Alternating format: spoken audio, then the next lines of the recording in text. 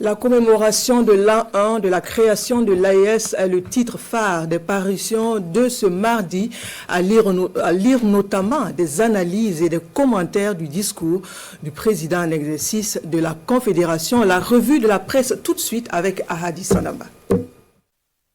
En 1 de l'Alliance des États du Sahel, le chemin parcouru est encourageant. C'est cette phrase du colonel Assimi Goïta qui fait office de titre à la manchette de l'Observateur Palga. À l'occasion de ce premier anniversaire, le colonel Assimi Goïta, président en exercice de la Confédération, s'est adressé au peuple. Il a fait un point sur le chemin parcouru et une annonce des grands chantiers. Et de cette adresse, il ressort que les forces combattantes ont engrangé des victoires face aux groupes terroristes soutenus par certains pays, rapporte le doyen des quotidiens burkinabés. Pour l'Express du Faso, c'est maintenant que le plus dur commence.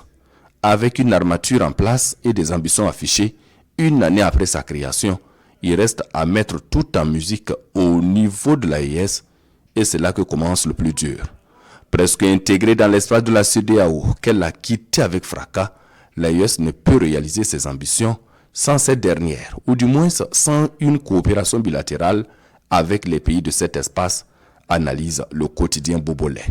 L'AES a donc besoin des expériences de la CEDEAO qui est en avance sur les questions d'intégration et de développement communautaire, économique, social et culturel, écrit l'éditorialiste. Destin commun, nouveau projet, s'exclame aujourd'hui au Faso dans son édito du jour.